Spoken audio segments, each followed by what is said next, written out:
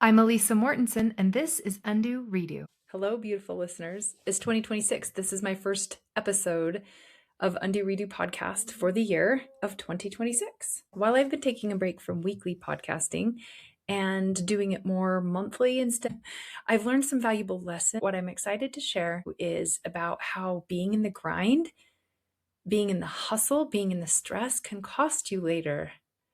But first, I want to catch up on my family and some things that I've been working on that are coming up this year.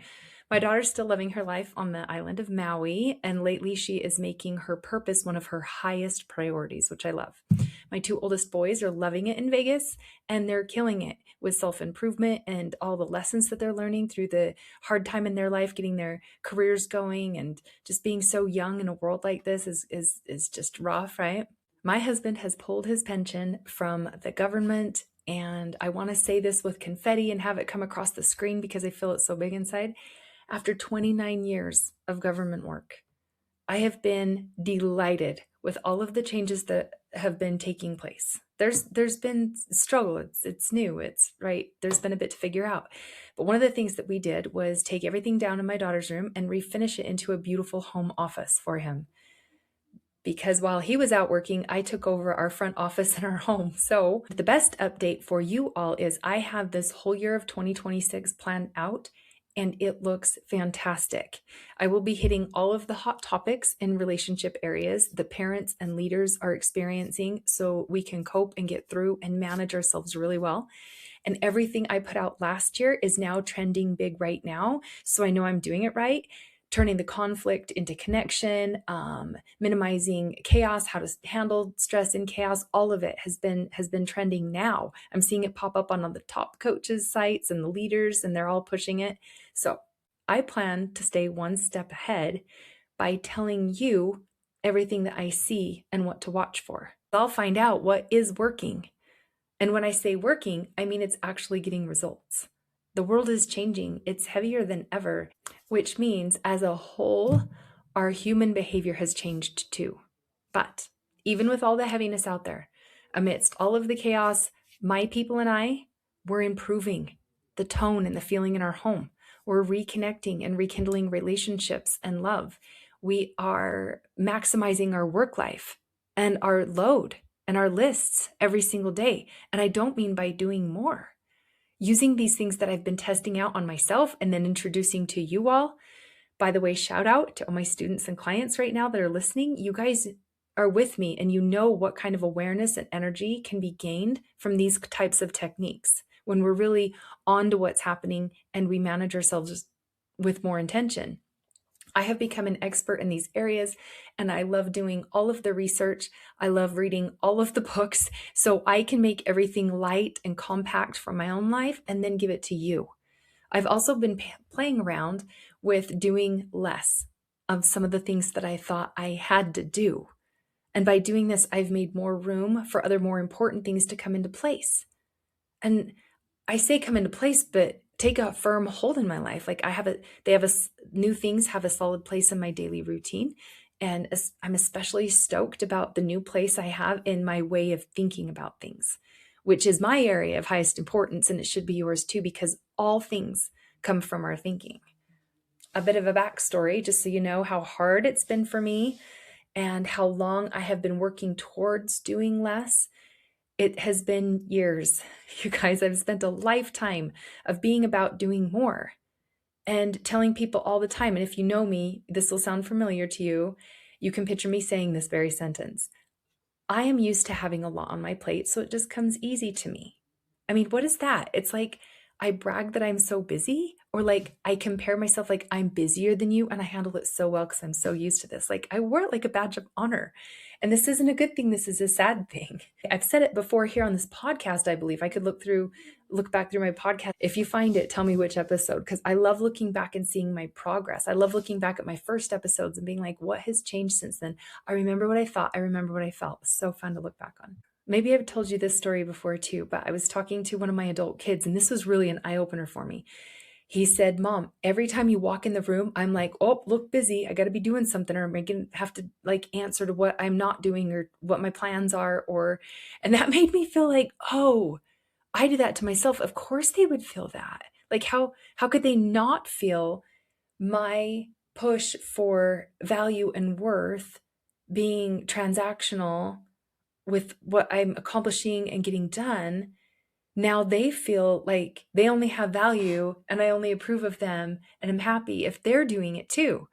And it was really like a really good feedback for me to take into consideration that I too drive other people. Like, what if they're not answering my phone calls? Like, as a grandma or a mom, like, oh no, I'm gonna have to answer. She's gonna ask me how it's going, and it's got to be going good, and I've got to have this list of stuff that I'm gonna be doing. They can't just be, and it's okay, right? So this is huge for me to do less, and it's really taken me not doing certain things that I thought I had to do and seeing what came up in my mind in order to kind of access a new space, right? If they're having to navigate my need to feel my own worth by what I was doing, that and by who they are, was it intrinsically valuable? Like the essence of themselves as a human wasn't of a value because I was shaming myself when I wasn't accomplishing things. Do you get how it's like twisted in my head? I've really got it down now. And here's what I want to tell you today about this grind culture that we have gotten sucked into. It's been sneaky. It feels necessary. It feels urgent, but it's not. It's a lie. The price is too high to rev at such a high speed and to constantly and chronically be at such a high revving level without any rest, without any reset. Like how much can we output is somehow defines our worth, right? We've taught it to our kids. We've taught it to our teams. We get too caught up in it ourselves. And somehow there's a lot of guilt and shame if you're not doing something. That doesn't look good. Like that's not the way to be. It puts us all in a frantic mode and this low grade state of anxiety. Even when no one is demanding anything of us, we're just doing it ourselves because in our heads, that's the way it's done, right? It's just, sometimes it's just us. Nobody's expecting anything of you. You just sit around and beat yourself up for not doing things.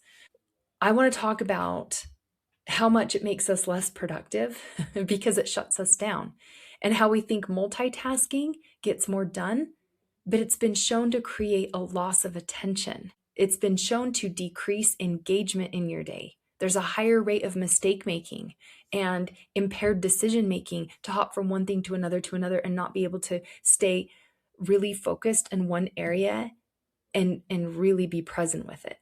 Okay. The chronic grinds day to day is our schedules are filling up. There's no more spaces. There's no rest. There's no reset. We're not scheduling a bunch of things and then taking a break. We're just scheduling a bunch of things and as much as we can have, and we wish we had more time in the day to do it. And that fills our minds with despair. Looking at our schedule like that, you'll feel despair, you'll feel stuck, you'll feel dread, and it heightens our cortisol. And if anyone knows anything about cortisol, it lowers your immune system.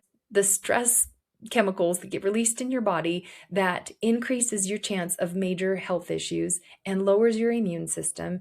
So when you're hustling place to place and thing to thing, it has a feeling attached to it. What comes up for you? What's the feeling that comes up? Does it feel frantic? Does it feel a little bit like dread or just surviving? Maybe you have cut yourselves off from feeling anything just because you know it has to be done, which is a form of kind of fracturing yourself in order to survive, right? But those fractured pieces, that costs you to fracture yourself like that. Those fractured pieces take a lot of time to get back. So it's best not to get to that point where you have to disassociate with something or find some way of disconnecting with it or feel it so intensely you have cortisol. Like there's not an upside to really being so busy. You can ask any middle-aged mom or later in their years person who they forgot how to play, they forgot how to dance, they forgot how to relax, and they took everything way too seriously. This is one of your signs. This is one of your signs that you need more rest time. You need to set aside more meditation time, nap time, or something. Another sign is not remembering what you'd actually like to do. What would you choose if you had a minute to be like, oh, what do you want? And you're like, I actually don't even know anymore. Like these are some of the signs. I couldn't remember some of the really important things about myself until I slowed down. I've always just done what everybody else wanted. Like, what does everybody else want for dinner? And I make that. And I'll make myself something different if I don't want that sometimes, but most of the time I just default to what everybody else wants to do. A lot of women that I know like didn't grow up really loving sports and their husbands do, so they just watch sports to be with their partner, but they wouldn't spend that much time in their life and that much of their effort and energy in sports if it were their choice. They would feel much more purpose in their life if they did something different that wasn't kind of catering and coddling to someone else's interests. So what are your interests? Right? We can't find them when we're hustling and we're in the grind. Like, it's costing you so much to not be in touch with yourself every so often. Who are you? Did it become lost and fractured and forgotten in pieces? And did it kind of die off? Right? And it hasn't come back again? That little girl, that little boy inside you is still there. You had a dream for what you wanted your life to be, or you've seen things that interest you along the way. Like, we all get off track, but the longer that it's been and the more you can pay attention to it and be aware of it and you just kind of let it go and don't address it, like, the longer it takes to get back. Are you able to let your hair down? Do you feel like you can be your old self again? Does it feel loving and flexible, less afraid, more trusting? I don't know. Do you ever look at things and just have an imagination of wonder and excitement behind? If you were to look at a picture of yourself when you were a little child, do you see the wonder and excitement in their eyes? Right? Can you get that back? Before we became bitter, the you before we're kind of discontent or feel entitled or judgmental. Are you seeing how it's costing you to be in the grind? We just miss our lives. It goes by so fast, by task to task to task, and we're on autopilot doing it all and just barely surviving and not really addressing or redeciding our lives. Oh, I'm going to put a plug in here for a retreat that I have in Northern Utah coming up May 1st and 2nd. The dates are confirmed. I need a minimum of 10 people to lock it in and make it work. And this is my first announcement of it. So if you listen to my podcast, you'll be one of the first to know. I have texted few people that I have coached before, some of my clients, saying, hey, what about this rough draft? Does that explain it properly, just to get some feedback?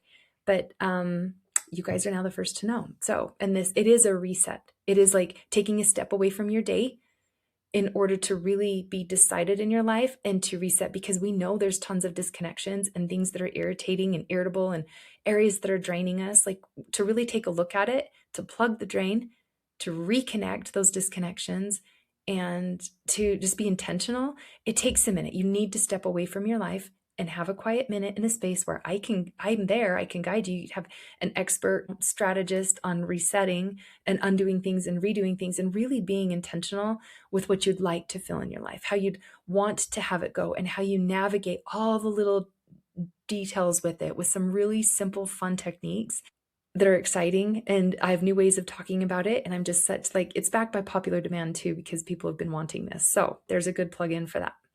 But this definitely needs our attention. Like, what can we do about the current grind that we're in this grind culture? The good news is the moment you see it is the moment you have access to changing it. We can't change anything we don't notice. So you can start finding ways to pause, to be still, to take a minute, these little micro doses of connection back to yourself, back to your emotions. Check in with yourself. Has nothing to do with not doing the next thing. I'm not trying to take your agenda away from you, because I know it's got to get done. But just those little moments to check in with yourself matters. Those quiet times where you can just say, hey, Lisa, how are you doing today? It feels a little frantic, actually. Yeah, I noticed you feel frantic, but I'm right here and we got this. I bet we could do it calm too. I bet we could accomplish the exact same thing, but get rid of that low grade anxiety in the background that tells us that we don't have enough time in the day. We do have enough time for what is most important. And this checking in is most important. It will feel softer. It'll feel more gentle, and it won't feel as frantic if you check in with yourself every once in a while. See, it's not the task at hand. It's the putting ourselves off that we're scared about. We're not paying attention to ourselves. We're scared we're going to leave ourselves behind. But it's happening. We are leaving ourselves behind. So let's do something about it. Some ideas here. So pause and be still. Take a look at your schedule and when can you set a reminder for yourself to check in with yourself, because we're not going to remember. Weeks and months will go by and you'll be like, oh yeah, I didn't check in with myself. Get to bed 15 minutes earlier. Whatever needs to be done isn't that as important as your sleep, because it doesn't have as many negative effects, I'm sure, because there's so many with sleep. Napping in the middle of the day for 10 to 15 minutes, meditating for 5, checking in with someone for 3, because connection has been shown to heal. Some of my clients have had their best moments for themselves in these little tiny 3 to 5 minute places, right? Like right in that little perfect zone. Get help from someone is another idea. Like if you need help, get help from now. If you call a friend and just get some advice, like that feels kind of good to just say it out loud, but you're going to need a fix again later. To get help from someone is in this really works and this really helps. Like breath work helps, clearing your mind helps. And then when thoughts come in, just ignoring it. Like that's really good. That's like reps in the gym for being able to do this better. And this is my specialty, right? I renew, I reset. I work with you to make sure that your tomorrows are better than your todays. And I believe in this so big. I've done it for myself and it's rippling into my family. If people do everything that I say, you get there sooner, you get there stronger, you get there with more enthusiasm and playfulness where you feel really alive and free. I guarantee that. The message is clear for what the grind is costing you by staying in it. Basically, physical health, mental health, financial health. Like you're literally more creative and can get more done and bring more income in when you're feeling more calm and creative.